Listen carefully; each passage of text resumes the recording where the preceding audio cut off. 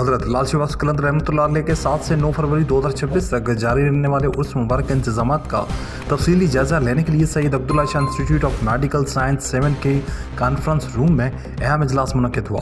इजलास की सदारत सूबाई वज़ीर बराए औक़ाफ़, मजहबी अमूर, ज़कात और अशर सैयद रियाज हुसैन शाह शिराज़ी ने की।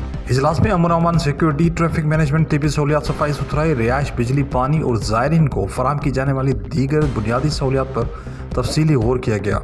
सूबाई वज़ीर ने मुतल्लिक़ा अफसरान को हिदायत की कि उस मुबारक के दौरान ज़ायरीन को हर मुमकिन सहूलियात फराहम की जाएँ।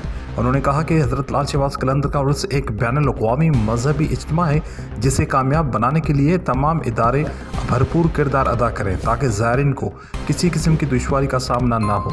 सैयद रियाज हुसैन शाह शिराज़ी ने कहा कि सिंध हुकूमत उर्स के मौके पर ज़ायरीन को मुकम्मल सहूलियात फराहम करेगी। उन्होंने हिदायत की कि इंडस हाईवे को मुसाफिरों के लिए महफूज बनाया जाए। सर्द मौसम के बावजूद मिनरल वाटर की बोतलें और पानी की सबीलें कायम की जाएँ। रेस्क्यू 1122 को मज़ीद फाल किया जाएगा।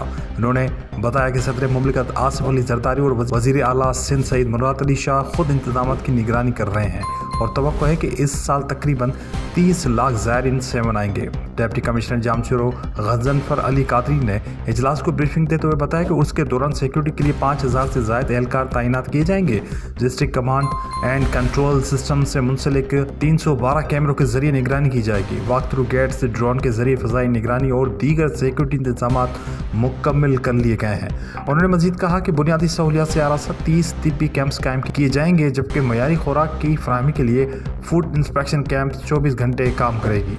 इजलास में साबिक MNA सिकंदर राहू पोटो, फ़कीर मुमताज़ अली मंगी, पीपल्स पार्टी के डिवीजनल सदर आजिज़ धामरा, सूबाई सेक्रेटरी औक़ाफ़ Akhtar Hussain Bugti, divisional commissioner Hyderabad, special secretary औक़ाफ़ सैयद अताउल्लाह शाह, SSP जामशोरो और दीगर मुतल्लिक़ा महकमों के अफसरान ने शिरकत की।